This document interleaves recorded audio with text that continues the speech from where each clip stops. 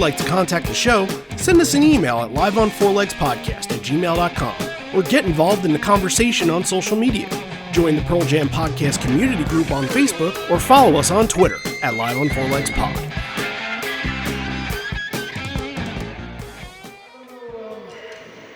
When did you figure out that you could play like that?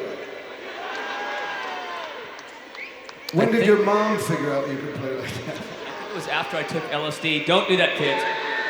And I saw Steve Ray Vaughan at the Gorge. After you took LSD, you heard that. Don't do that. Don't do that. But don't do that. Don't.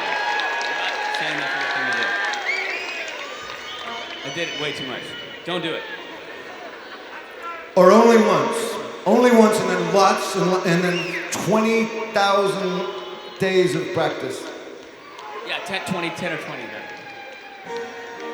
But remember that information. Don't get it turned around. Don't do 20,000 hits of acid in 1 hour of practice. It won't turn out like that. Very important. Are any Austrian journalists here tonight? Please get that right for the paper.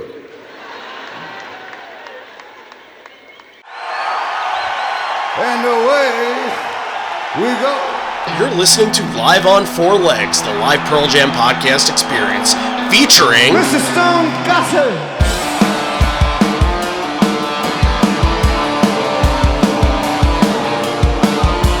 Gentlemen!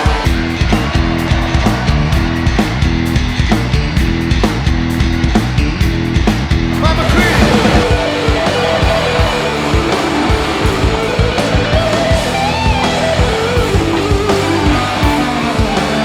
Matt fucking Cameron in the drum.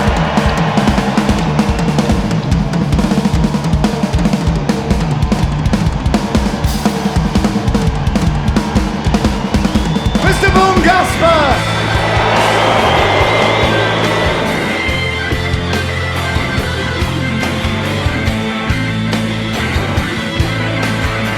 You can call me Al, you can call me Ed, you just fucking call me, why don't you?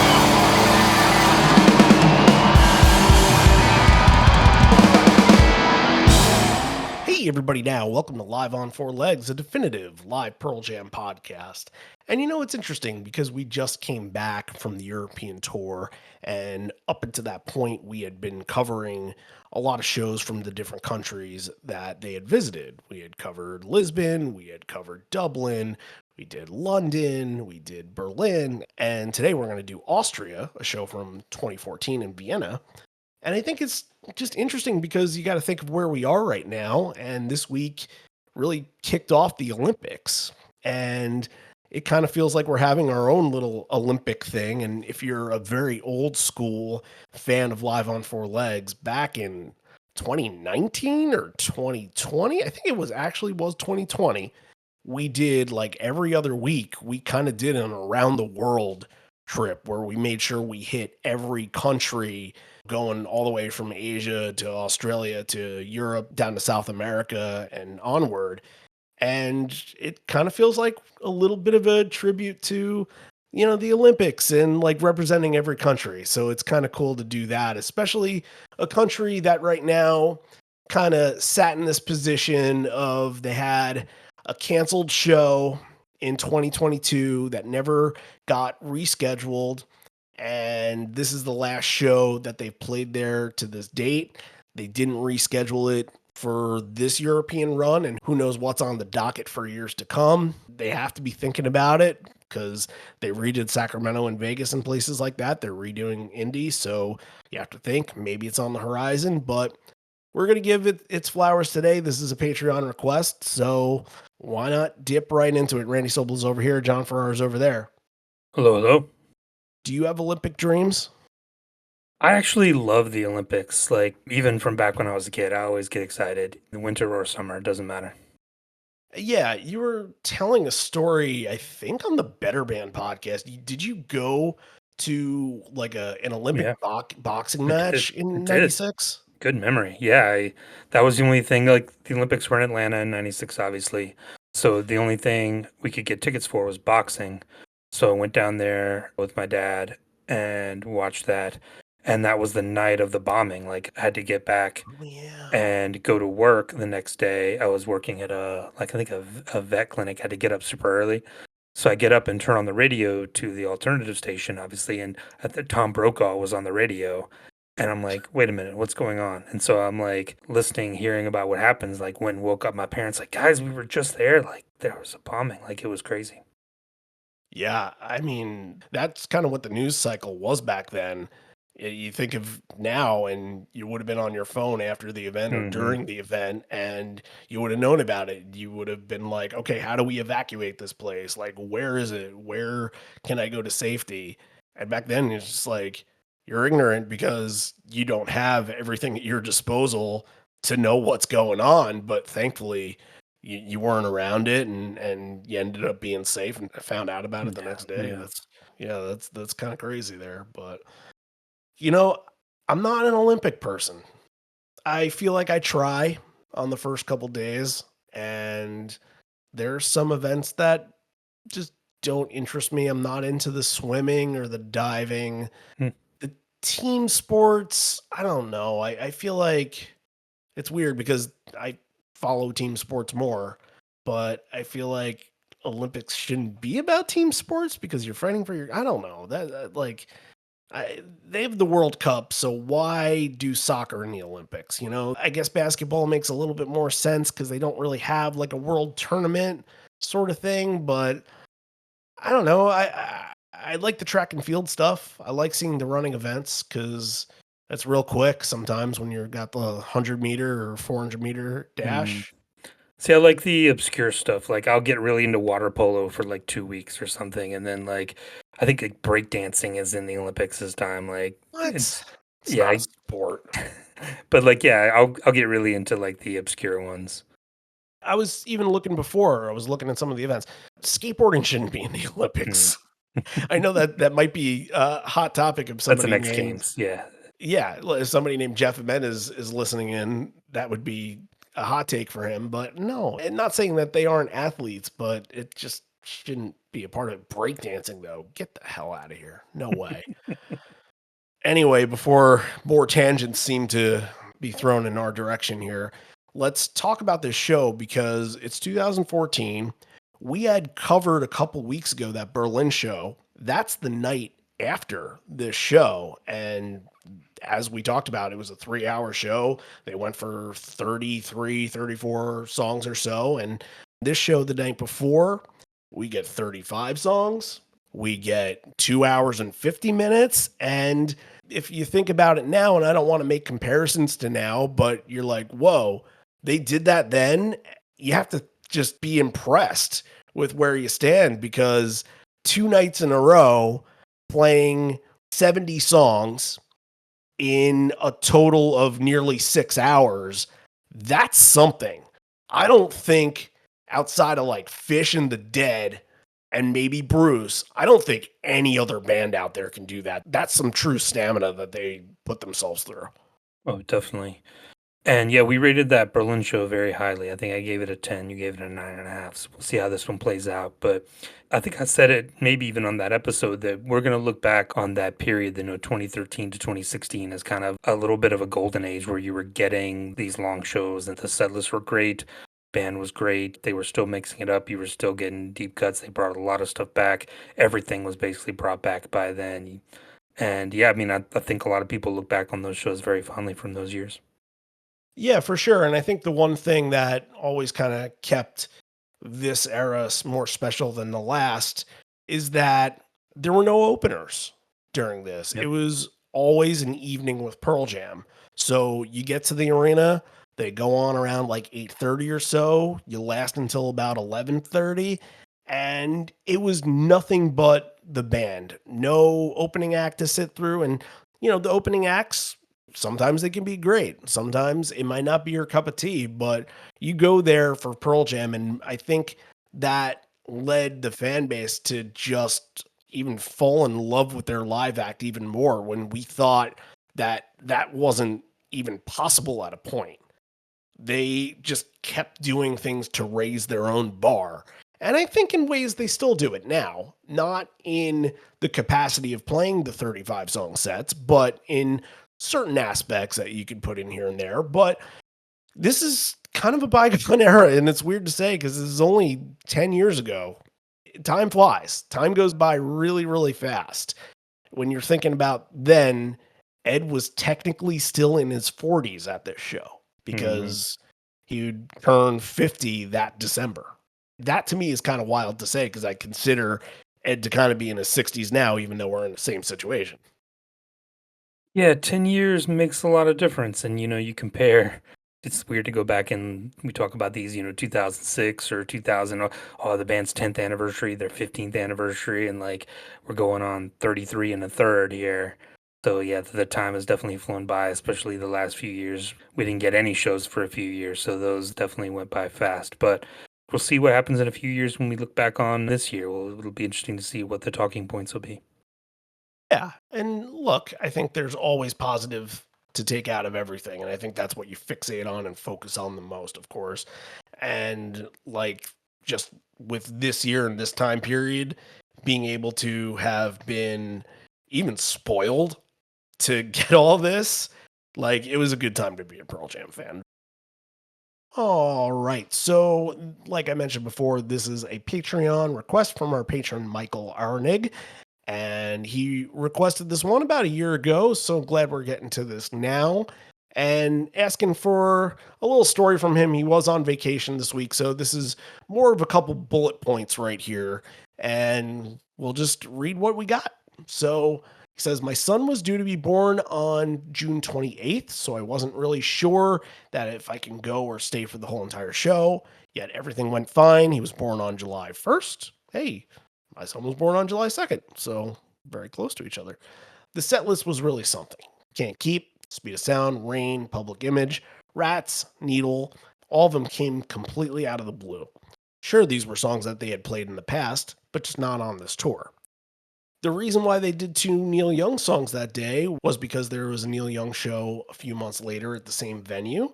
Crazy Horse posters were all over the place. I also went to see this show, and Ed does mention this in the show. It's a good show performance-wise, one of the better 2014 shows.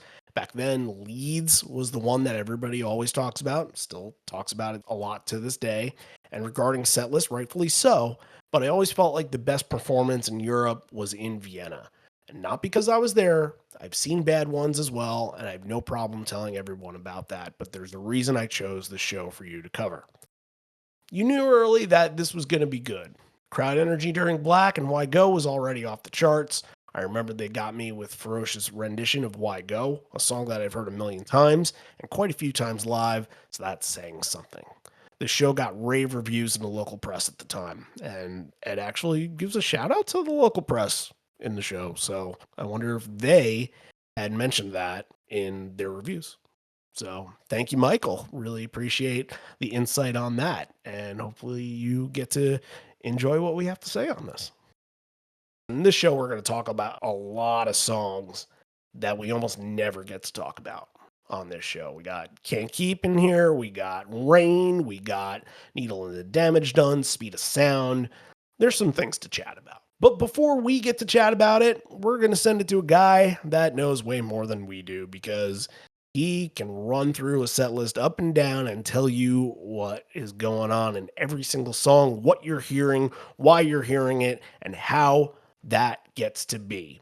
So just like we did a couple weeks ago, Javier's going to give us a full rundown of what he's heard from the show, give you a couple highlights, and once we get to those highlights, we'll throw it back to those moments and kind of give you a taste of what Javier is talking about. But before we get to that, let's get into what Javier is actually talking about. Hey, Randy. Hey, John. Hey, everyone in the podcast. Let's go back in time, shall we? So, Vienna 2014. This is a continuation of the Lightning Bolt tour. So, what can we expect for this show? We're going to expect and we're going to listen to a band that is a little bit more over the bright side of things. So, for example, Stone is running Marshall's JCM 800s, Mike is running the Empire 65, and also the Union Jack amplifier that later on was renamed to Rolla amplifiers that it was based on Seattle. So, a little bit more like a brighter sound, Marshall-ish kind of tone that is going to be a little bit more overdriven than usual. So you're going to have a little bit more beef to it, even though in single coil guitars like Telecasters or Stratocasters, or even Gretsch guitars, like for example, like the one that is being used in Sirens. So what are the highlights for me for this show? Please pay attention to that huge go in between Last Exit and Hail Hail. Like, Matt Cameron is riding the tone here, is riding the wave, having a band that is completely locked in and tied up, and it's a super compressed, tied up sound, but is completely unique, because this is the time that also Pearl Jam was kind of like, we're going to destroy you in your face with hit after hit after hit when they were starting their show. So that's the first highlight that I want you to guys to listen so you can understand a little bit more about this era. Another one, I'm a sucker for this one, so I apologize if I said this before, but Amongst the Waves is a very unique song within the uniqueness that what Pearl Jam represents when they're exposing or showing new tracks in a new album cycle. So what do we have here? We have a lot of hand arpeggios, we have a lot of open notes, and also we have the use of capo. That is not an element that this band tend to use a lot, but it's always welcome because it adds a little bit dimension and it adds a little bit of a perspective and a different optics for something that it could have been played with bar chords, but they decided to do it with a capo that sounds a little bit more harmonic in this case. Enjoy the show. See you soon. All right, my friend, thank you so much. And I know he is working very hard on getting that Deconstructing Dark Matter Part 2 episode out. We were talking about it last week. He's working on that upper hand intro, which is going to be, if he gets that down, it's going to be masterclass right there. So look out for that. That is a Patreon exclusive that should be coming within the near future. So with that being said, we have, as mentioned, a nearly 3 hour and 35 song set to get into. Lots of talking points. So let's just burst through with the opener being Long Road here. And not just Long Road being an opener, but Long Road into Can't Keep into Black. I don't think that you can build a set list and come up with that in your head.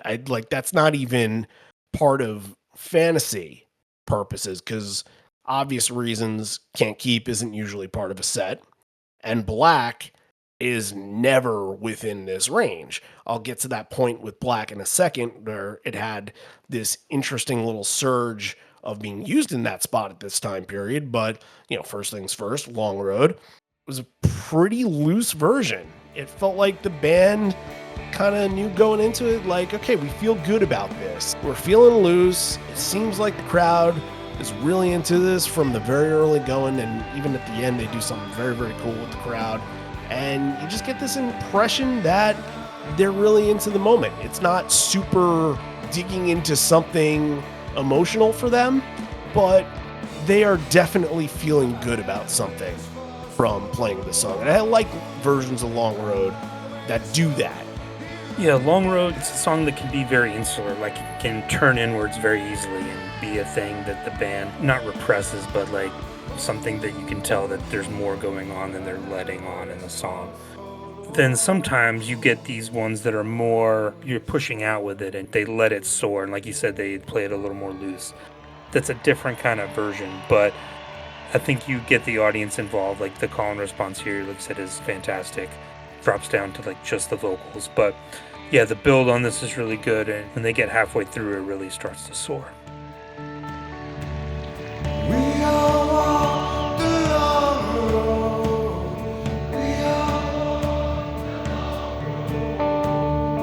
We all walk the long road.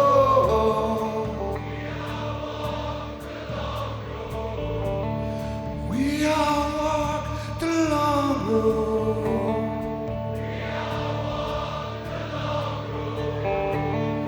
We all walk the long road.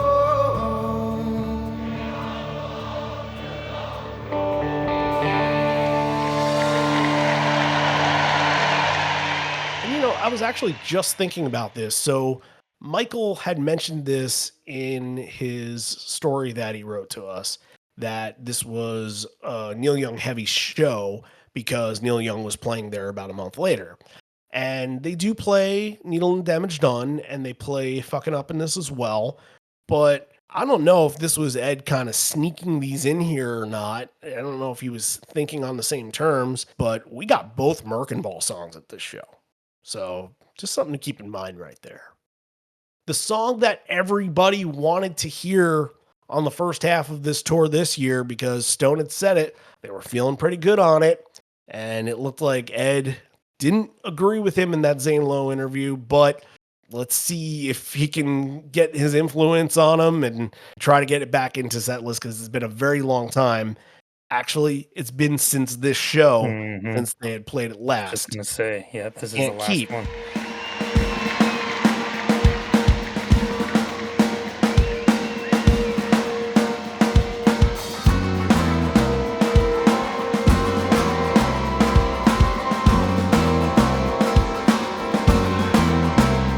I wanna shake, I wanna wind down, I wanna leave this mind and shout howling all these lies like an ocean in disguise. I won't live forever. You can't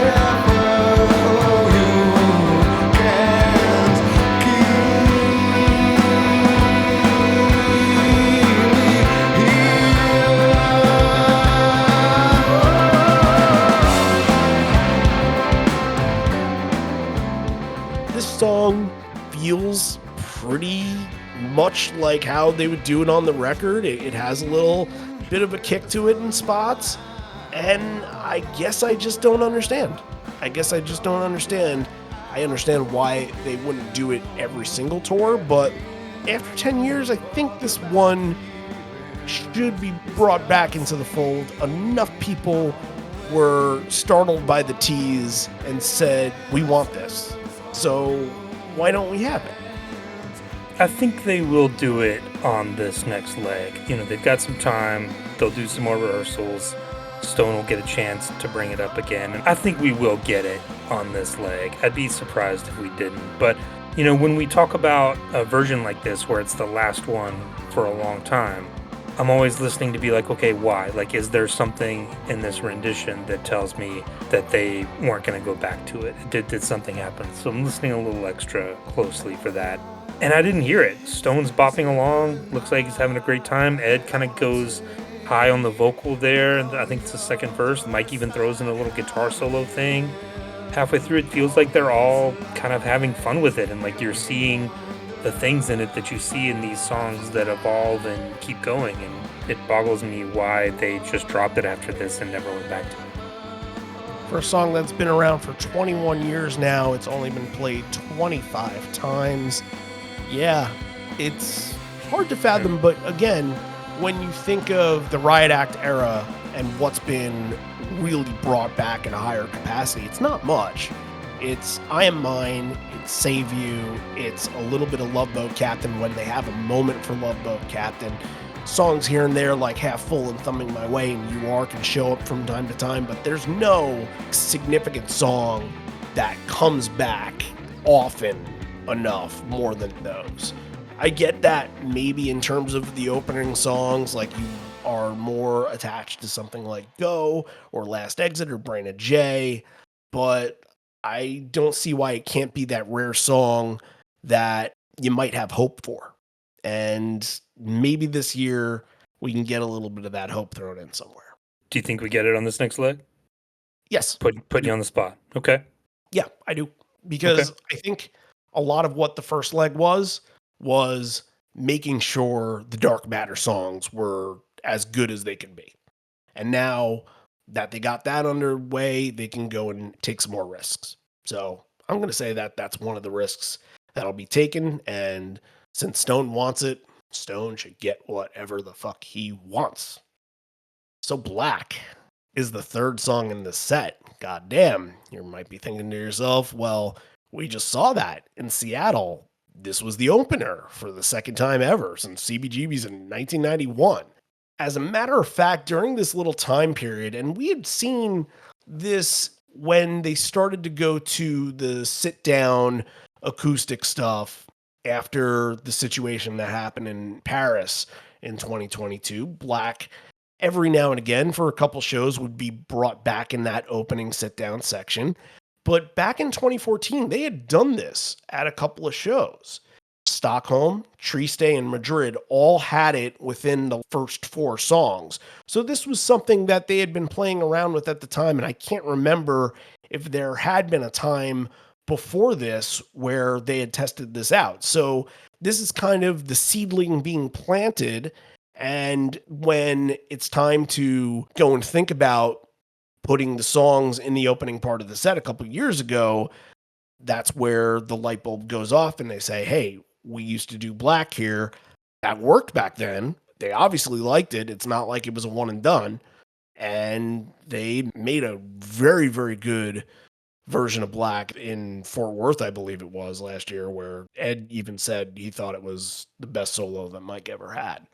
I think we both got it in Nashville, actually. That was like the third or fourth song in Nashville, right? Right.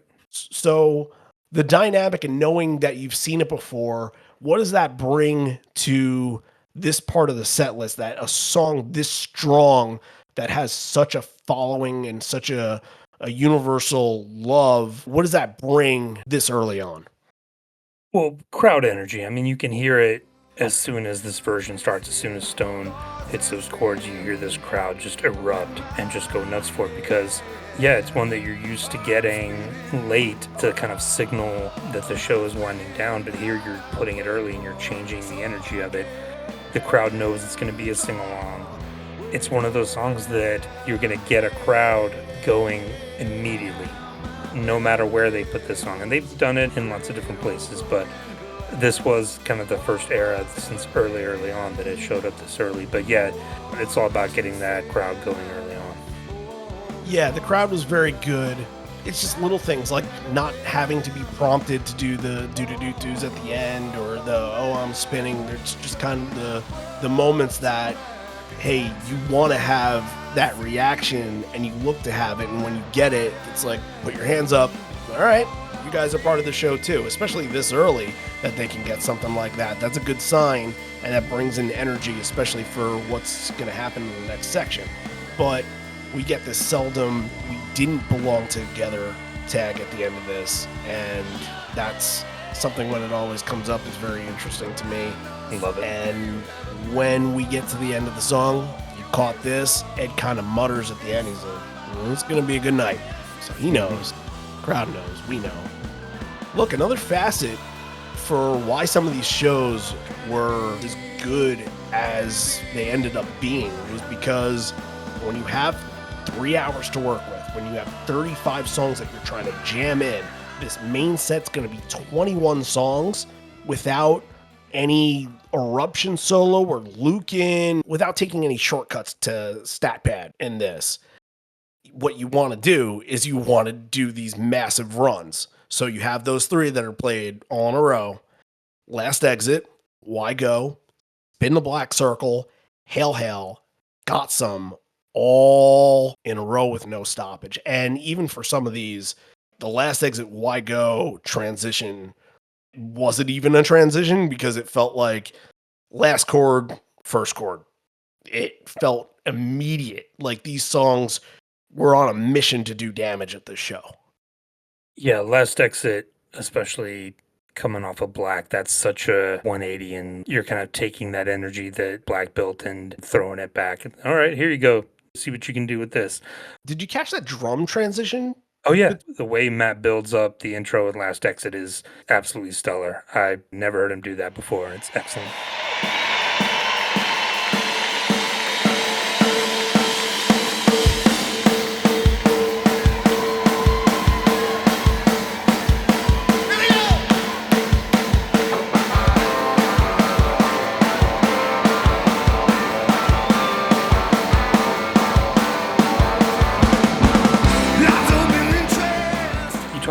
runs, like that first three is so great. Like whenever I'm listening, you know, I'll put a star by something that I think has a chance for my top three at the end of the show or whatever, and all three of those got stars. And then you get to this next section, it's like, I don't know what we're doing here. Like this is going to be real tough because Why Go is great. Again, you're going back to 10, which is going to build up that crowd. And then Spin the Black Circle, another highlight from this, just a raucous, fast version I thought was great.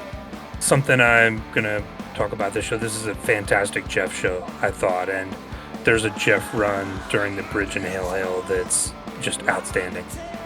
Why you gotta be stealing my talking points, man? Yes, this is a phenomenal Jeff Ament show. And that's me saying this because I feel bad that I trashed his sport earlier on. But only if he got to do that Olympic platinum picture where he chose the skateboarding. That would have been a little too obvious, right? But yeah, you hear him in all these. Of course, Why Go, he's going to be vibrant. But he's mixed in so well that it feels like he's a major part of each one of these songs. I thought he sounded terrific in Spin the Black Circle. Yeah. Hail Hail is always one that you're going to want to hear him on, but I feel like, especially in this version, he's just the main attraction in this. He does do that cool little run. Even before he goes in at the end, he does like the little under pressure bit. Before he does that, he does something cool. He goes like pretty high end on the bass and play some notes there that you don't usually hear him do, which sounds terrific. But I agree with you. I think the thing to take away out of these 5 songs as the highlight is Spin the Black Circle. You don't have to go into any expert analysis on this or anything like that to know that this version just ripped. And Javier mentioned it earlier. He was very, very into this part of the set. And Spin the Black Circle, I think, agreed across the board, was the one that kind of turned your head.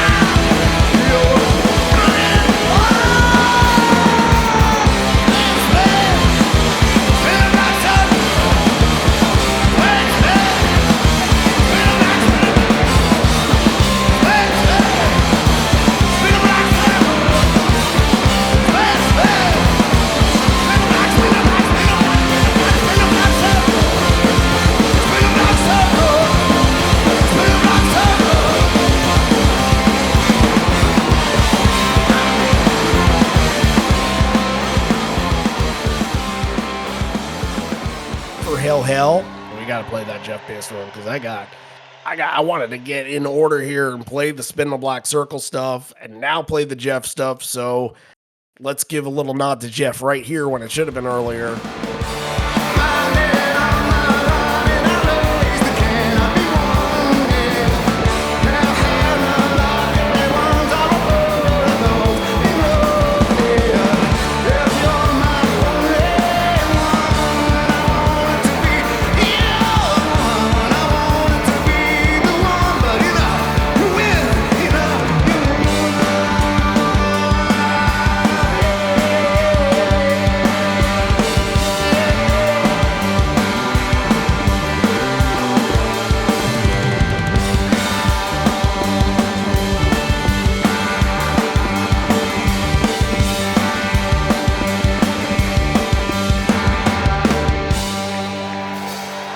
Okay, we got that in, and even got some. I thought that Jeff sounded terrific on. Yeah, like absolutely. He just very bouncy, and this continues for the rest of the night.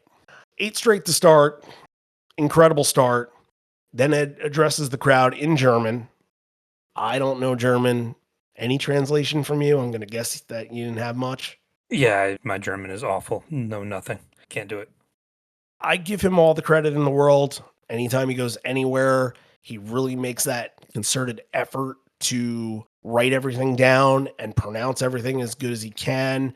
He's got the piece of paper, he's reading off of it, and of course, it's kind of the broken English version of German, but there's so much respect in that. There's so many bands that would go out to these places, and even you've seen, and I'm not going to name any bands because I'm not sure of it, but I know I've seen it. It's like kind of a joke to the culture almost sometimes because they don't know anything about the people It's like, we're or where they Americans. are. Fuck you. Who cares? We're American. You're supposed to follow us. You're supposed to know English. We're an American band. Deal with it. Right. Imagine Kid Rock going out to Oh Austria. Think about what he'd have to say. I'm sorry I made his reference on this show, but that'll be the last time unless something really bad comes up later. But anyway, yeah, it's just a sign of absolute respect that he walks in somewhere, and he's always done this, that he walks in somewhere and wants to connect with the locals on even greater level than just playing the songs that they know. So great for him. And the really only things in English that you're able to tell that he's saying is something about rain and thunder and light. And it must have been raining this day. I think Ed did say it at one point in the show that they got through rain. We do get a song that's about rain in a little while in the set. So that's going to get you into Lightning Bolt, which is going to get you into Mind Your Manners. And let's throw in, for good sake, Severed Hand and, the other Merkin Ball song, I Got Shit. I think that Lightning Bolt and I Got Shit kind of bookend. I think those ones are the ones that I have the most on here. Mike here, just the theatrics playing up to the crowd during like the mid-song solo. And yeah, I mean, this song was a banger at this point. I still am always going to go back and forth between this and Pendulum as the best Lightning Bolt album songs live. Yeah, we've had it the last couple weeks where we've been like, this is why they don't play it. This is why, it's not at this point. But I think knowing what we know now, I always listen to what Ed is doing at the end of the song. And you can hear that he needs to put a ton of effort in at the end to reach the same levels that he hits on the record. And he gives it a good run. And I think he was doing this just about every night. Some nights he'd hit it better than he would on other nights. I think this one was a little bit more of a struggle, but you look at the San Diego version from 2022 and you can easily see that this is why this song is not followed up in the latter years of this. But we got a ton of this version in this era. Of course, it was one that they were touring on. They seem to really work with it. Ed and Jeff had a really good jam too. Again, Jeff's a highlight. Yeah, again, a real loose version with Mike kind of playing around with it and doing some different things. But don't be sleeping on Yellow Moon. That's in my top two on that is Lightning Bolt too. But on this little run, I thought Severed Hand was very, very good. Very melodic. Jeff, again, on that intro, doing some different things and just playing with counter melody and doing some runs there. It just sounded great. Just stuff we never hear from, or it's never high enough in the mix to hear it. But love that on that Severed Hand intro. That made the song for me. I gotta say, I Got Shit's a highlight here for me. It's one of those things where I think same thing with Spin the Black Circle. You just know when you have a good version and it doesn't need any expert analysis to know that. And I fight back with my mind. Never lets me be right. I got memories, I got shit. So much it don't show.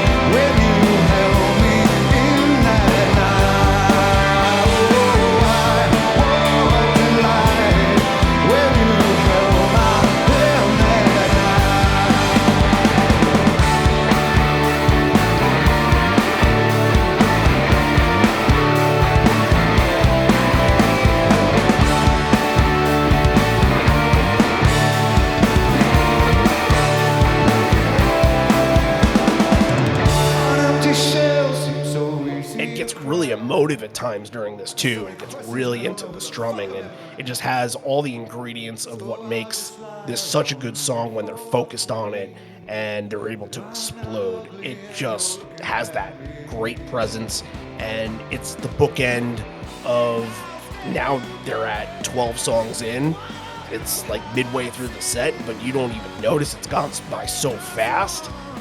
It's just a good benchmark to kind of figure out where you are. You know, we talked about this being the last version of Can't Keep to date. I can't believe that I Got Shit has only been played 12 times since the show. Yeah. In 10 years. I mean, that's probably because, like, I saw it twice in 2016. I was very lucky. But that seems real low for the song. Yeah, I'm looking at it now. It's actually got... Oh, you can't even count that. I was going to say it has 7 plays, but 4 of them were Ed's solo. So it really just has 3 plays from 22. 1 play in 23, 1 play so far this year. Yeah, I don't have a good answer for that because it's a total time of 156, and I would have thought closer to 200, especially for how much they were playing it in 95, 96. So I am on board. I would love to see it again when touring comes September, so keep that in mind. Ed's going to talk about the next song here. It says it's about the ocean and it's about love, but it's not necessarily about loving the ocean. It's not necessarily about loving love. It's learning how to live on the ocean of love when you're in the middle of a hurricane where the waves are big and it doesn't seem like you're ever going to get out of it. That was a weird turn that he did with that, but okay. Don't jump ship. Don't become the man overboard. They may never find you. I didn't really expect that in the description for what Amongst the Waves was, but here we are. Amongst the Waves is going to go into Rain, which is going to go into Even Flow. Javier was talking a little bit about the hand arpeggio during the chorus in this, and because he was talking about it, because he made reference to it, why don't we listen to it for a second? Love until you give it all, riding high amongst the waves. I can feel like I have a soul that has been saved. I can see the light coming through the clouds and rails. I gotta stay in the high that around today. Yeah, I'll stay in the high that around today. Yeah. All right, there's your Backspacer taste for the night. We'll get into another Backspacer song when it comes later into the set for sure. But after Amongst the Waves, you get a little stone chant in the crowd. I think that's pretty common once you get to these European crowds. As we remember for the next night, if people were following along, they were really, really into getting Stone involved in the show and wanting him to sing. That was what Berlin was all about for sure. And Ed addresses it and says, yeah, we have Stone supporters here. But he says here that the next song is a request from Mike McCready due to the conditions. And it was the seldom played cover of the Beatles' Rain, only the 3rd time to this date that they had played it in full. A song that usually does come up when you are talking about weather conditions. It has opened up a couple of shows in Brasilia and Worcester. I know that Worcester was definitely delayed by rain, and I'm going to guess that Brasilia show was too. It's been played twice at Wrigley, once as a nod to the previous rain, and once as a nod to the rain at that current moment in 2018. So it is a weather-dependent song. It's not one of my favorite covers of theirs. I will give credit to some of the covers that they do play at the show are more on the rarer side. Maybe it's because there's less of an attachment when it comes to like Beatles songs. Is kind of in that flux period of when the Beatles were just starting to get into Rubber Soul and Revolver, and I'm not as big of an early Beatles guy, but I always give Ed credit for this. He does that record reversal singing part, and I love when he does that. It's just a cool homage to what Lennon did in the song. Just, yeah, cool little things. Yeah, I like this cover. It's quick. It's like 2 minutes. It's in and out. It's a fun little melodic thing. Yeah, I don't mind it.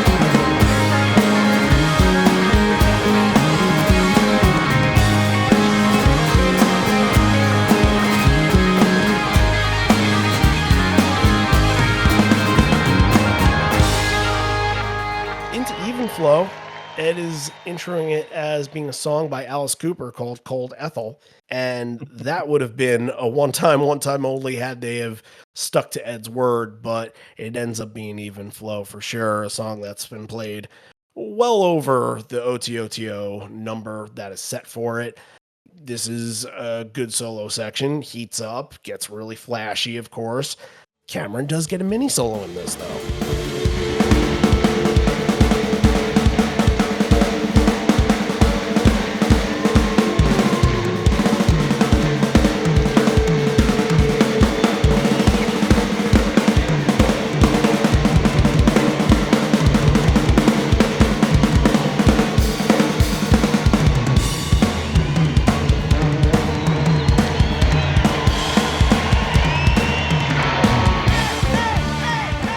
Bad.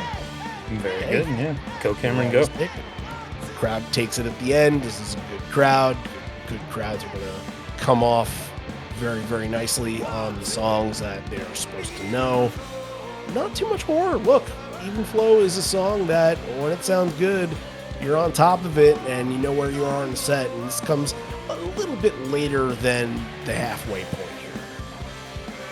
All right, so Ed asked Mike, when did you figure out how you can play like that?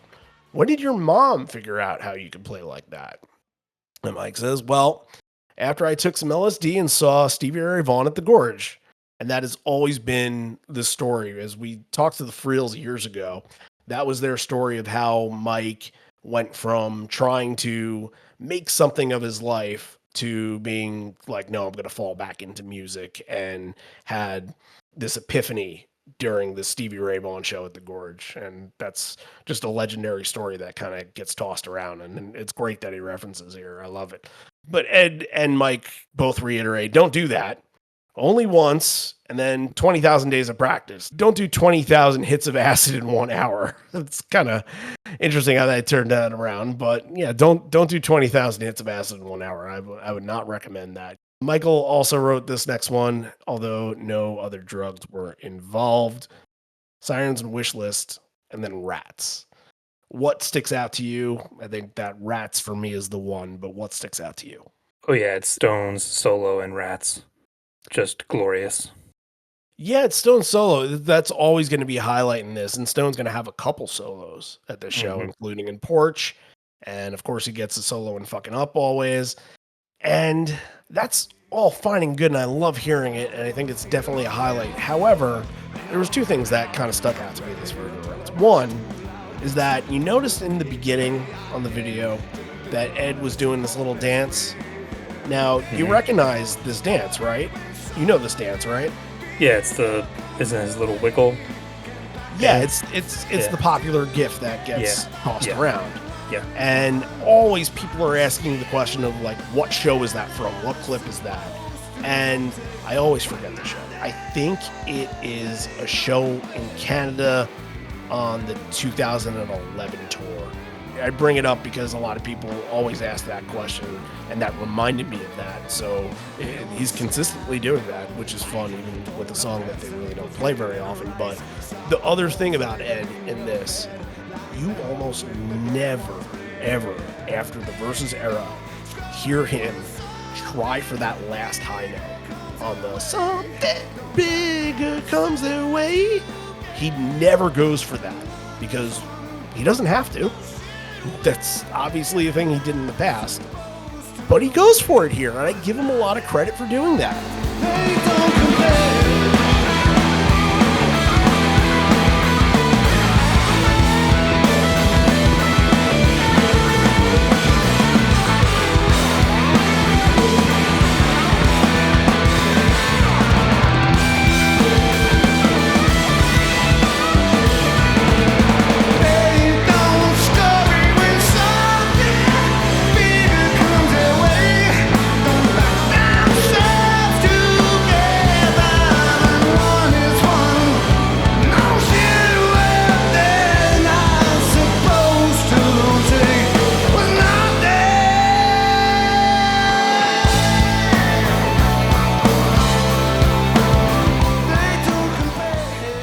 Probably the last time that he did it, and Rats has only been played 7 more times since this, so it's few and far between. But this is good. Like, Rats is a big talking point from this show. And we didn't even mention Jeff, who's having a great show indeed. And Rats is another one that Jeff gets to shine on. So, yeah, very, very interesting. And yeah, that didn't even pop out to me that Ed goes for that high note on that. You never hear that anymore. No, not at all. And even barely in the Versus era. He would go for it a little bit, but I think after a while when he realized that not even outside the studio I can do that, it was pretty rare. So good on him for trying it. And that's how you know you have a good crowd, because they want to make that effort to do something like that. It's a very fun and bouncy performance overall, and I felt like maybe the last couple songs were a little bit of a rut from Amongst the Waves into Wishlist. Just kind of going through the motion of playing 21 songs in a set, and I think that goes into how incredible the first 8 were, and getting a couple of moments in there like I Got Shit and then Rats, things thrown in. I guess it just pales in comparison, but Rats was a good pick-me-up that I think you need from this point forward to get you through the next 3 songs, which the next 3 songs are going to be Public Image from Public Image Limited, To the Evolution from Yield, and Rearview Mirror from Rearview Mirror. Well, technically, I guess it is from the Greatest Hits record, but, you know. So I feel like for those of you Public Image Limited fans out there, we've talked about this a little more often than the numbers speak. I feel like in the last year, we've at least done 3 shows where this has been played, and it's crazy to say that because it's been played 10 times. We did that Hyde Park version from pretty recently. I hate to say it, but I'm going to say it. I think the Sex Pistols are overrated. I'm not a huge Sex Pistols fan. I don't think that's a hot take. It hasn't aged very well. Yeah. Pretty Vacant is a great song. That's the one I'll take away from their time. Bodies. I like Bodies. Yeah. But like, I can go without God Save the Queen and Anarchy. Doesn't do anything for me. Yeah, I mean, it's just so of the time. Like, it was revolutionary at the time because nothing had ever sounded like that. But now people have gone way above and beyond, and you can hear things that are way more out there. I mean, the Sex Pistols are just like a rock and roll band with a guy screaming about anarchy. Like, at this point, it's been done 1,000 times, but they were the first to do it. And if you're listening and you're like, how did you get to Sex Pistols? Johnny Rotten is the connection between the two, because obviously I think a lot less people recognize who Public Image is. So I felt like I needed to say it. PIL's an interesting band, though. Like, they're a little bit more out there and weird. Like, if you're into that kind of stuff, you might like it. Like, it's worth digging into their catalog. They've got some interesting stuff.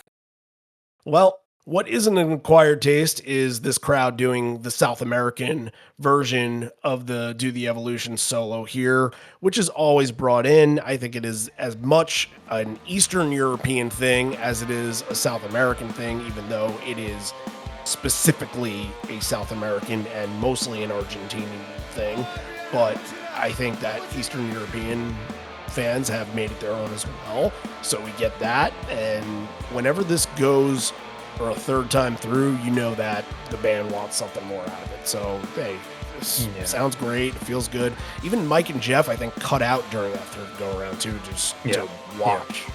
We can call it like a soccer thing. I think the thing that they have in common in South America and in Europe is they're very into soccer. I think we can call it that, and that kind of covers both of them. But another fantastic Stone solo in this, and Evolution, just really, really letting loose and having fun with it. Rearview Mirror is just full gas the whole way through.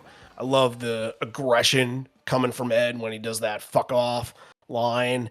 You got to think at this point, you're 90 minutes in with the encore coming up. They're going to slow down a little bit. So going full gas with the Rearview Mirror definitely puts a massive, massive stamp on the end here. The best part is just how they pushed to get to that moment where everything just stops and becomes that calm before the storm, and then Jeff comes in. They went on a run there. And everybody pushed to their exceeded limits. And once the crowd knows it and the crowd realizes that and they have a burst of excitement, they start clapping during that. Yeah, this is a good way to do Rearview Mirror. I mean, there's really no bad way to do it. trademark and everything like that. But this is just another example of how this song has made an incredible impact on the crowd that absolutely adores it.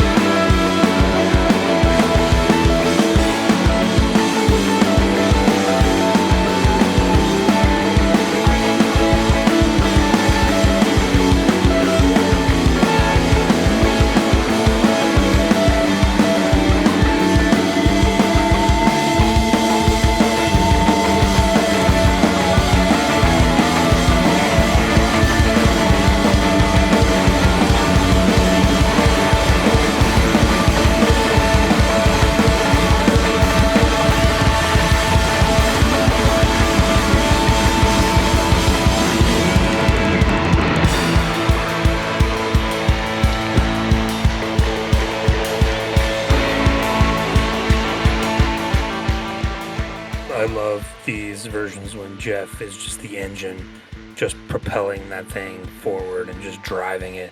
When he starts going on that, it's just like, oh man, strap in, because that tells the rest of the band, like, all right, we're in it now. And they can just go off and reach heights that they can individually. This is one of those things where the whole band is surging, like Jeff leads it and then they just get on my back, we're going. I wish this was 12, 15 minutes. I could listen to it forever. Well, that is 21 songs in the main set right there. And we got through that in an hour, so that's a record. Put that on Guinness, I suppose, for the Live on Four Legs. And that takes us to the encore. Let's pause for station identification and talk about things we usually talk about here. So, as we always say, Patreon is where you can help and support the show, help support our travels throughout the tour, and just join up to get things for yourself.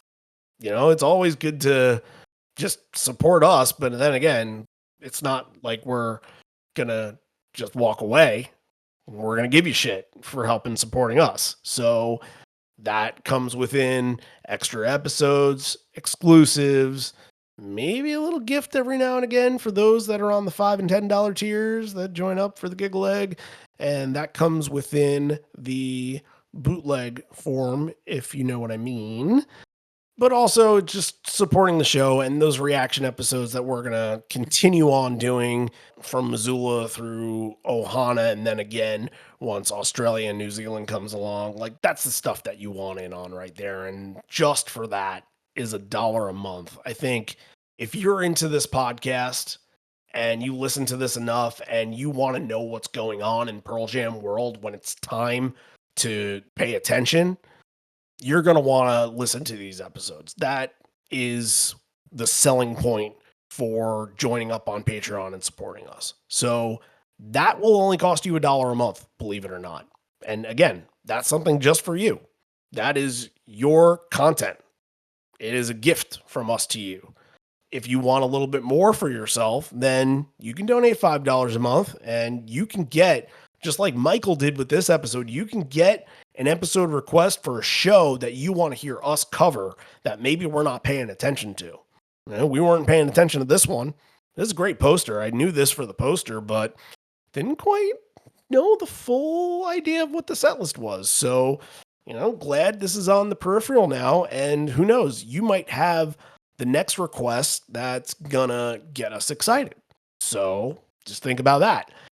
And $10 tier as well. Horizon Leg.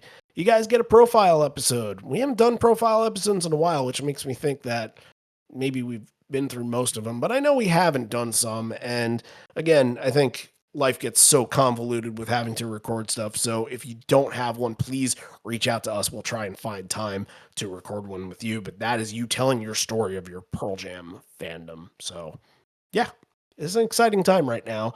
And we're only a couple weeks away before we get to do this thing for real again. And that's when shit's gonna go down, my friends. So if you want any of that, head on over patreon.com/live on four legs, or go to the Patreon app, download that, search for Live on Four Legs. You'll find us. Nobody else is called Live on Four Legs. Or you can go to liveonfourlegs.com, and on our little slider there, if you go down a couple pegs, you'll see that we have shirts for sale, and please purchase one because I have thousands and I would like to get rid of them. So please help out in that aspect. That helps the show out tremendously because it means I'll have some space. But also, checking it out on our YouTube channel, I just posted some documentary footage that I took in Seattle. Just the story of just being around and seeing things and meeting friends and being around people. And it's a part 1 and a part 2 for right now. I am going to do a supercut between the two of them and pick the best moments. And there will be some stuff that aren't on either of those clips that is going to feel new once the supercut comes. But just check that out whenever you get a chance to. Again, these are just projects that I love being able to do when I'm on the road. I love the idea of being a videographer and putting stories together, just like we kind of do for the podcast every single week. So it's just another aspect of just being able to share creativity through the lens of a Pearl Jam fan. So that is available for you guys if you want to go and view our fun little escapades and how I got the name Sasquatch, I suppose. So anyways, back to the rock. Ed says we were just talking in the back about how much we are enjoying ourselves tonight, and that is all to do with you. So thanks so much. And he asked permission to speak English, as he said he barely had a half bottle of wine, so it's probably tough to understand me. There's 10,000 people on the floor alone, and everyone seems to be doing well, taking care of yourselves nicely. I'll give you a little insight. When you're doing sound check and it's empty, this is probably the second to worst sounding place that I've ever been in my whole life. That's really saying something. They've been in a lot of places, and some of them, when you're in the arena, don't sound very good. We were really looking forward to coming here, getting inside, getting out of the rain, and getting into this building, and we were like, fuck. We have such a great sound crew that follows us around, and they put together speakers, and they make it all nice for you guys, and they're top notch. Our guy here, he even said that we're fucked. So we were all fucked. And I'm not messing with you. In all seriousness, you're here and you filled up the place and made it sound great. Now it's one of the best nights. So he toasts, he has a drink. He's going to reference Neil, as mentioned earlier in the show. He says we haven't run into him in a while. He's going to be here in a month. So if you come on down and see him, just tell him your nephew said hi. He might not play the next one, so I want to make sure you get to hear it. I haven't looked at that set list specifically, but I would think that Needle would have a good shot of making it. You'd think. Definitely more so than Fucking Up, which is going to come later, but maybe we'll have that information when it comes later into this episode. So until then, we got Needle and the Damage done. Speed of sound and footsteps all in a row right here. I like the setting with this. It's pitch black on the stage. Clearly, it's Ed's solo. It's a very delicate performance. He does a lot of those Neil inflections very, very well. Obviously, he's studied it, and he's paid very, very close attention for many, many years on how to do Neil. It's a nice addition to the set. As I mentioned before, you get Public Image, you get Rain. This is another pretty rare cover that, for the most part, 7 plays. You're not going to go to every show and say that this is going to be the Neil Young song you hear. So this was a really cool addition, and I think Ed made as much of the moment as he could. Yeah, it hadn't been done in 5 years. And yeah, right in his wheelhouse with Neil Young. But I do have the Neil Young set list pulled up from Vienna. And I was in just going to do it. It's 2014, because so- I talk too much, and I wasted enough time where you were able to search for it right away. But go on. It came up pretty quick. July 23rd, 2014, so a little less than a month later. Did not do either of those songs. Did not do Needle or Fucking Up, but he did do Rockin' in the Free World. So if you came to this show expecting Rockin' in the Free World, you'd have to wait till the Neil show to get it. He usually does that, so I'm not surprised by that. Milk blood to keep from running out. I seen the needle and the damage done. A little part of it in everyone. 'Cause every chunk is like a setting soul.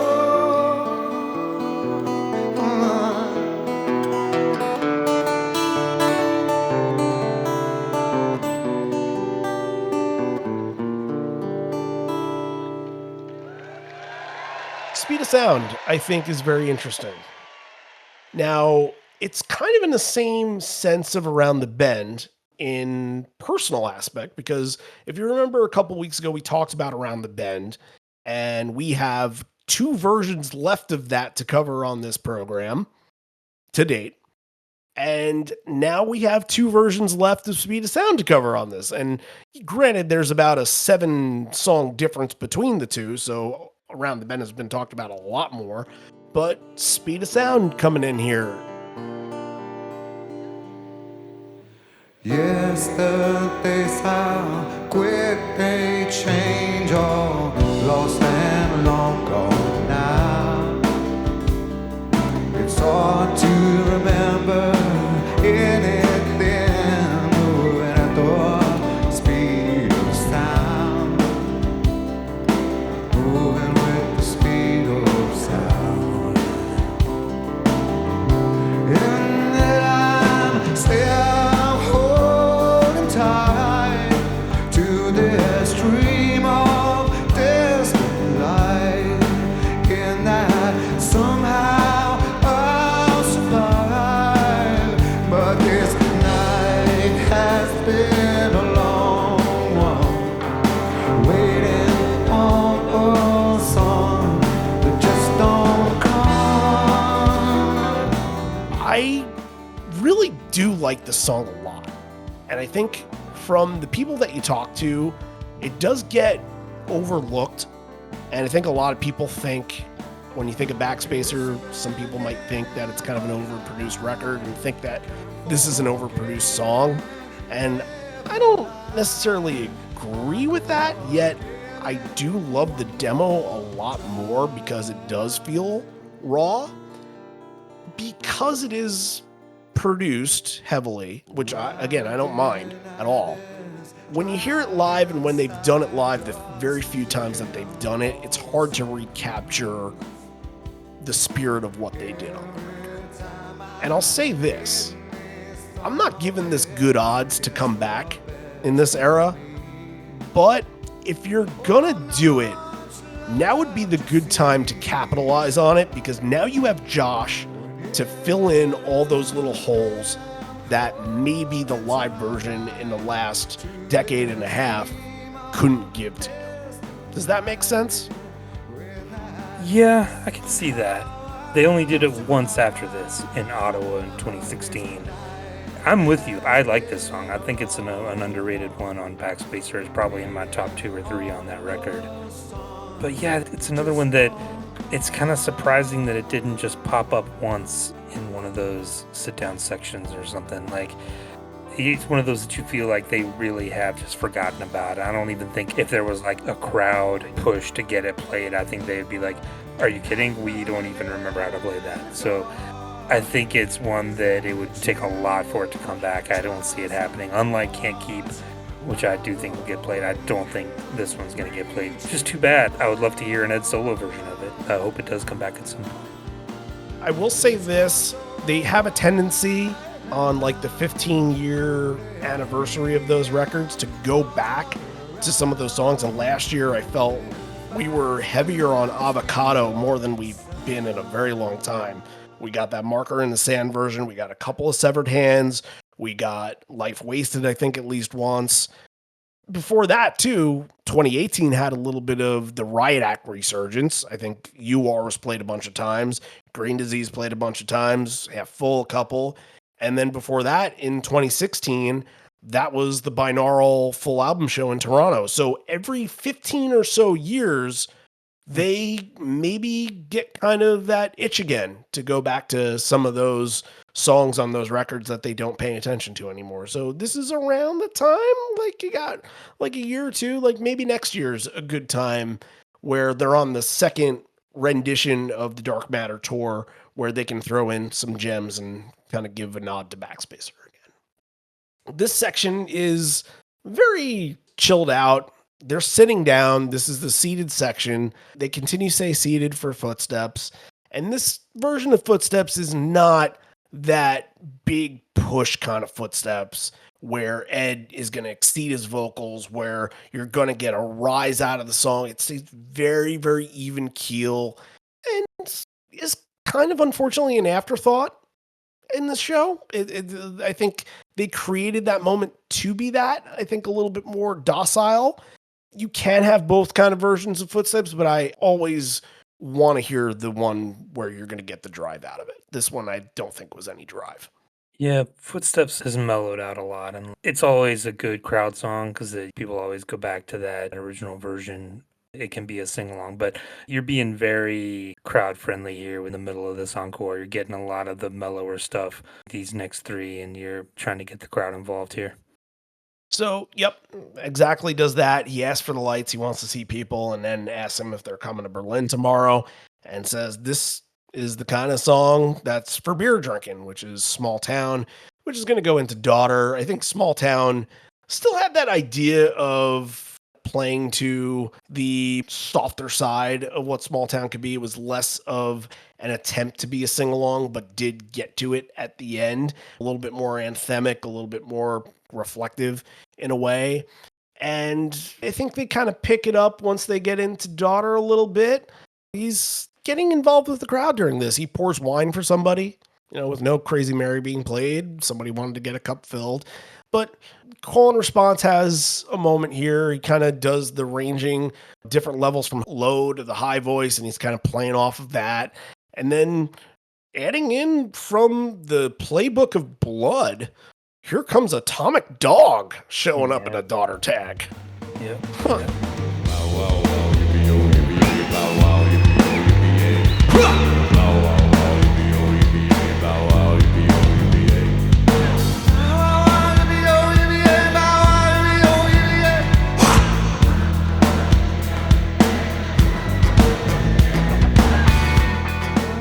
Bow wow wow yippee yo yippee yay. And he starts pounding his chest before getting a big yelp out at the end, too. So that will end your set strong. You start off a little light, you're kind of building your way back up. State of Love and Trust jumps in, and you're like, okay, back to where we started in the beginning of the set with Spin a Black Circle and Last Exit and all those songs. State of Love and Trust, Brain of J, Lucan, and then Porch. I think Brain of J, to me, is definitely the highlight here. And look, yes, favorite song of mine, but when this song rocks out and this band is on top of it, they can fucking rip through this. Stone again, another solo moment, another big one from him. I always love the Brain of J solo. And look, it's going to be one that I'm looking forward towards a couple weeks in September. I have a birthday coming up in Philadelphia, and if anybody wants to send in a birthday request for those Philly shows to get Brandon J to be played, I won't look the other way. You can do that. I'm not going to send it in myself, but if you want to, well, I'll push for that. And who knows, they might listen because they listen to their request. But yeah, this is an excellent version of Brandon J, and I think brought this crowd back to being lively when you didn't quite have that within the first 5 songs of this encore.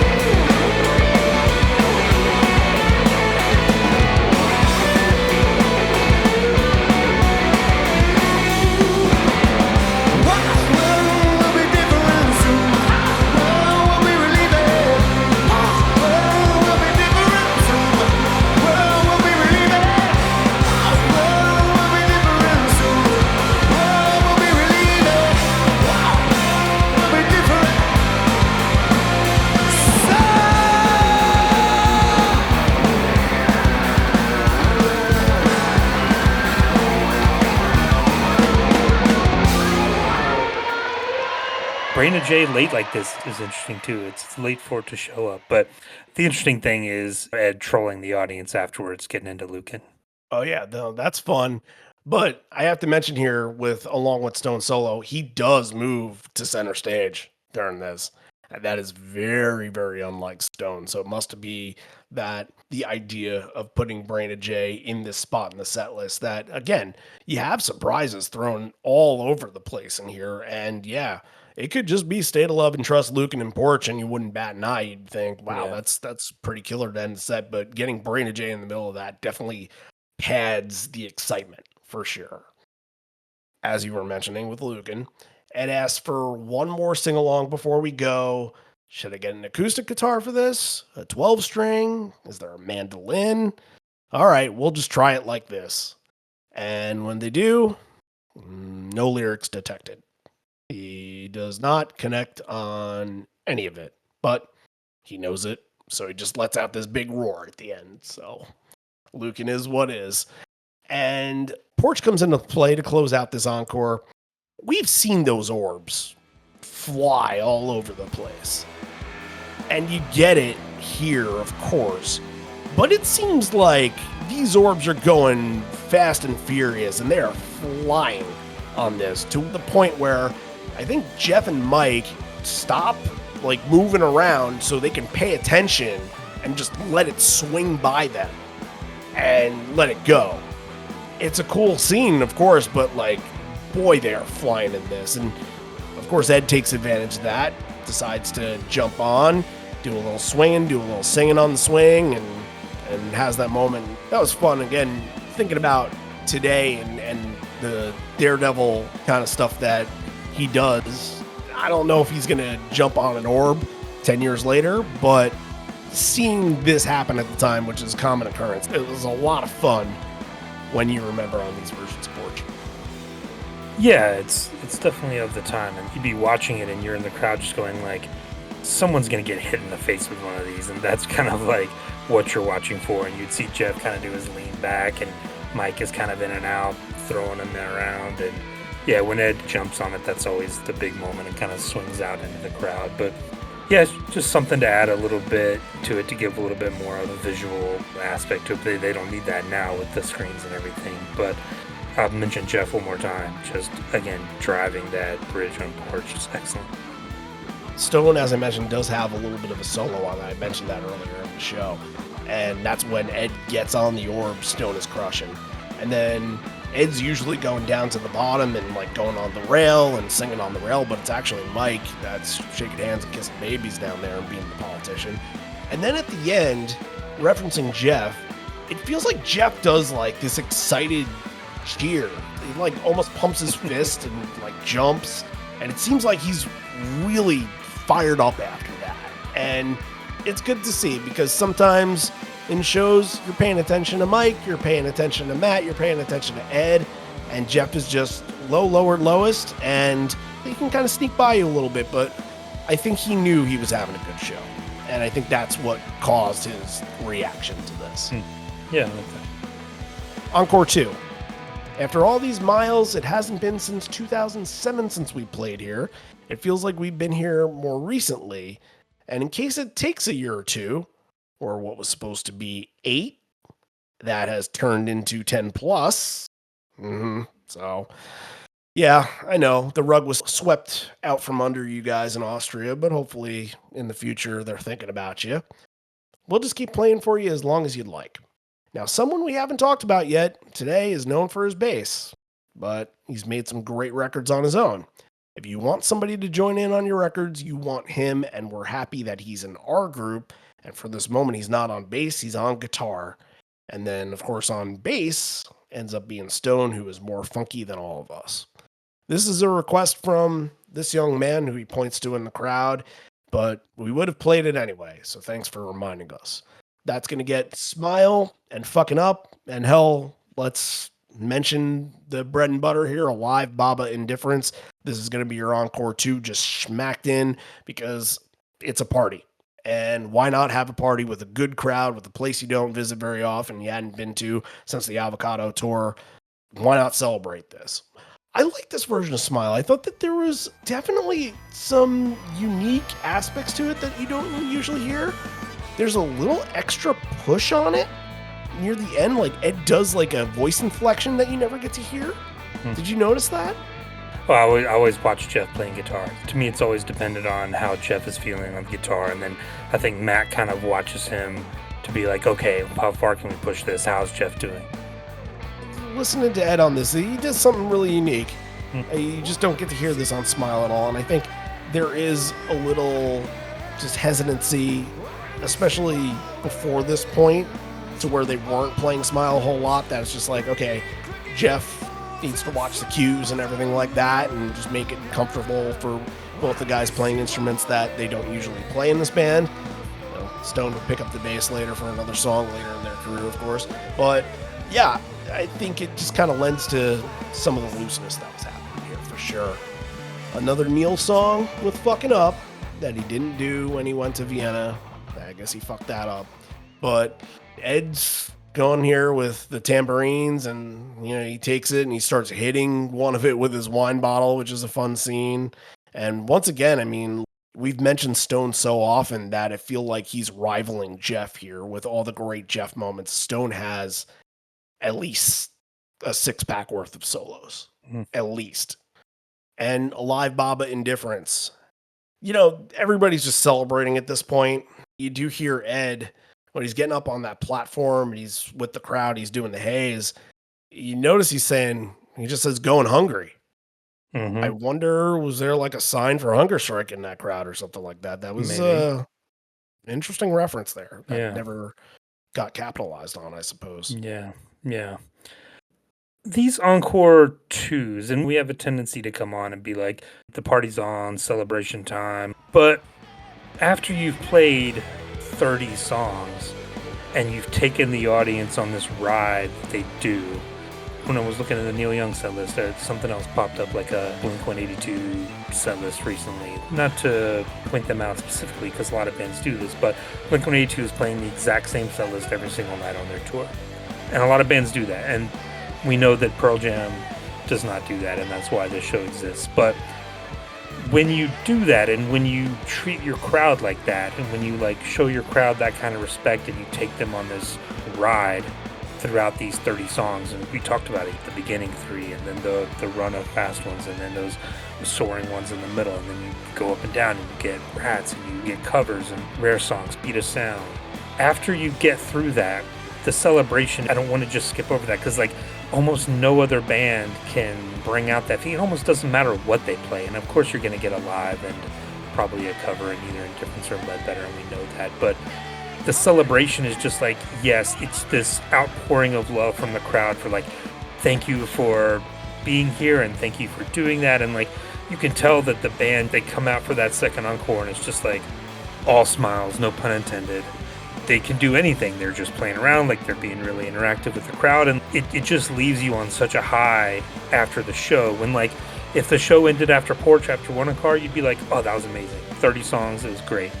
But to come out for that second encore, to just have it be this love fest between the band and the crowd, I just wanted to point that out. It feels so earned because you've gone through this ride. If they hadn't done that, it wouldn't feel like that. But you're seeing the faces in the front row of the crowd and everything, and you're just man, it's that feeling when you've gone through that 3 hours and you know you're near the end and you just want to soak in every last song, every last second of it. It is a good reason as to why we all come back, and I think that if you do look at most of those bands that do put together the set lists, and usually it's around 18 songs or so in a main set, they'll come back and they'll do 2 encores, which that's cheap. That's just them saying hello again. And really for Pearl Jam, it's not like it's doing encores, it's like theater. These are acts. It's Act 1 has the main part of your story. Act 2 has the continuation, and Act 3 is the party, is the ending for it, is the culmination of why you're here. And to capitalize on all of that, it's really all story-based. The songs, when there are stories being told about the songs, or when Ed is just telling stories, period, it feels like it's unique to a specific show that you get that. Some of those bands that go and do those shows where we make the set list on night 1 and we keep it the whole way through and maybe make one change here and there, all of their stories can sometimes be the same exact thing. that's the one that's like, okay, you're not readjusting your structure. You're telling the same story. Don't you get bored telling these stories? Like that's the thing about Ed is that, well, he tries not to tell the same story twice, but he's done it a lot. And at this point, it's not like you run out of stories, but you end up sharing the good ones more than once for sure. But it's more than just going for the performance. It's going because it's the full scope of how a musical artist can entertain you and keep you locked in and keep you guessing the whole entire time. And because you got those songs like Can't Keep and Speed of Sound and I Got Shit, having all that to celebrate with in those moments means when you get to the end, you have so much more to give. And you do not want this night to end. That's essentially, to me, what the ending means, is that you never want to say goodbye. And the band doesn't want to say goodbye, especially when it's a place like this, where they're feeding off the crowd and feel really, really good about it. That's what it means to me. The moments stick with us. They stick with us forever. We're so lucky that we get to have all the bootlegs to our disposal and be able to go back on them at any time to recapture that and to get to be back in that moment, even if it is for a spare second or so in a car or on your headphones or something like that. It's unlike anything else. So Baba's great.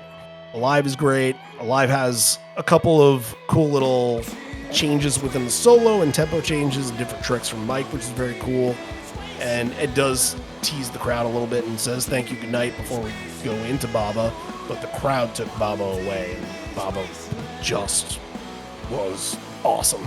I mean, you get a crowd that's into that, you get the lights up and everything like that, and yeah, everybody just explodes on it. But after Indifference, you're celebrating this 35-song marathon. Jeff comes out with a bottle of champagne. Jeff is really celebrating this one. He pops a bottle, takes a couple swigs, he passes it with Matt, he passes it with Boom, and you can tell, and like we talked about with the Berlin show that would follow up this one, Ed wanted to soak it all in. He did not want to leave that stage, and this band lingers around for a couple extra minutes to take this in, look at this crowd, and just kind of look at each other and be like, hey, we did something. And even so, like, Ed looks at a young kid in the crowd. He's like, hey, this young dude, thanks for letting him come up here and thanks for taking care of each other. This is what it's all about. So I think there's a serious appreciation, especially when you're in the crowd and you're appreciating what they're doing and they're coming back, and more so appreciating what you're doing. That brings it all full circle, and that brings it all together, and that's why you connect on so many levels. All right, that is the set. So now, within 35, we have to pick 3. So here's the challenge. Set the bar. I'm going to try. My number 3 is Rearview Mirror. My number 2 is going to be...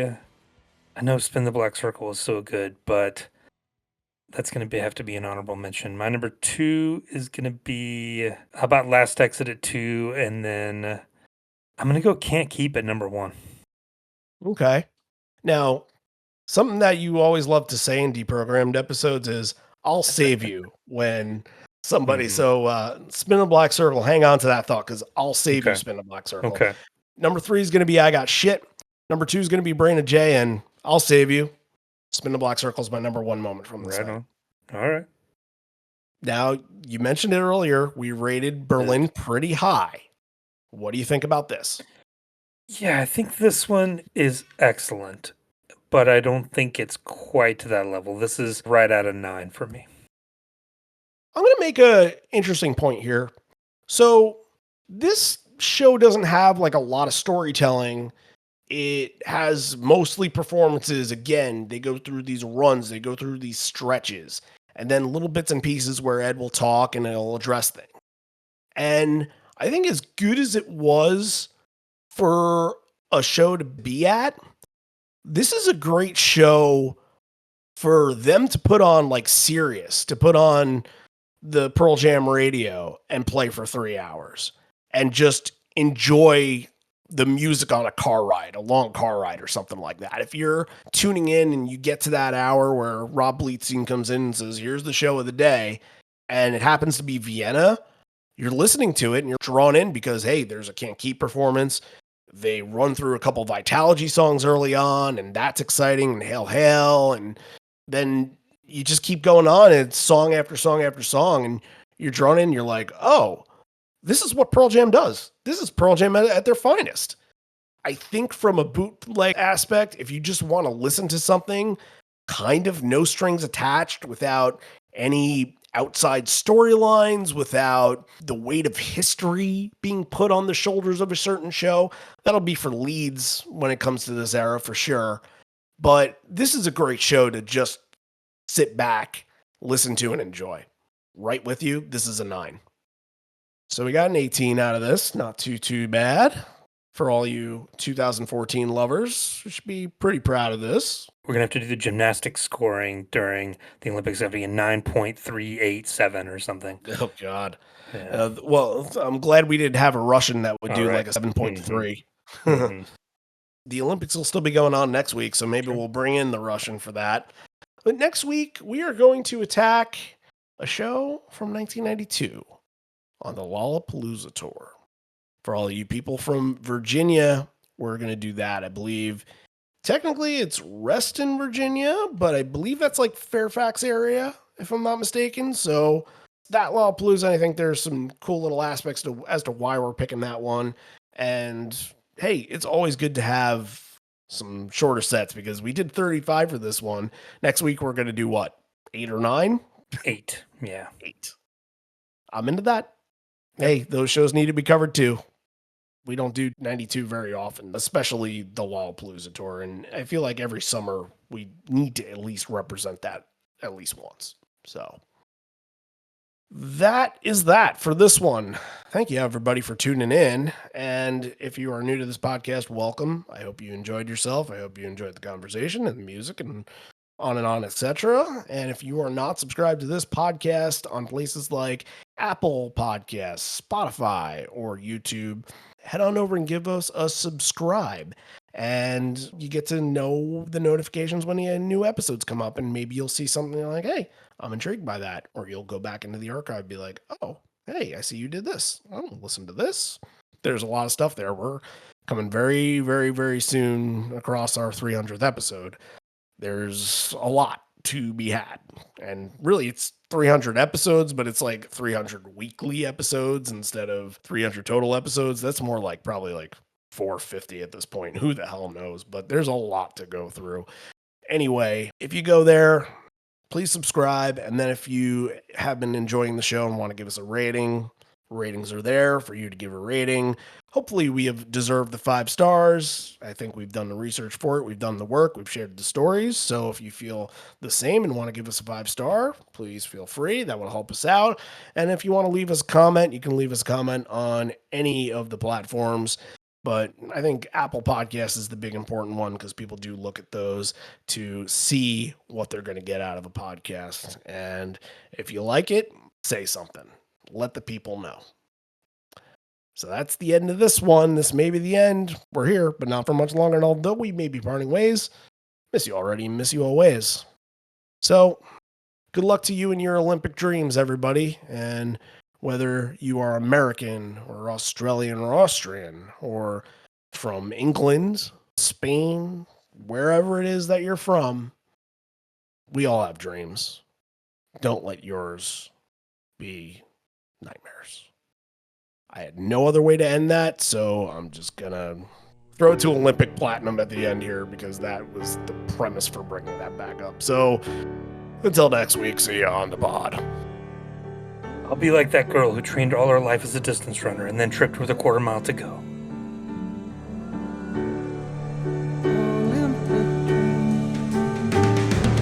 If I could reach to the sky and touch it for my country, get some on my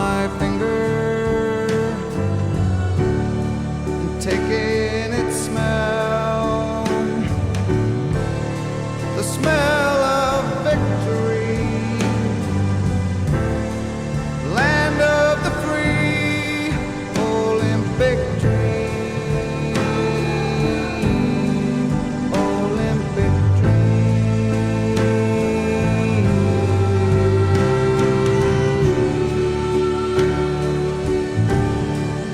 Olympic theme, my Olympic dream,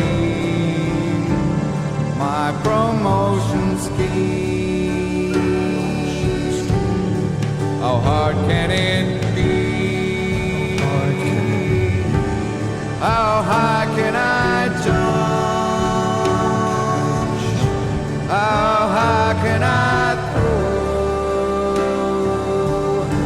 How high can I run? How long can I hold my breath and stay underwater and wave my legs around in perfect unison with my partner who doesn't really understand me or my Olympic dream? My Olympic dream.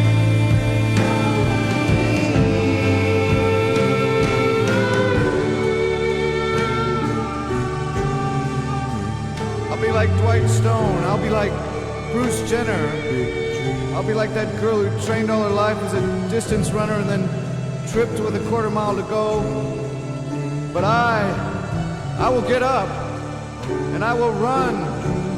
I will run with the Georgia peach breeze and I will win.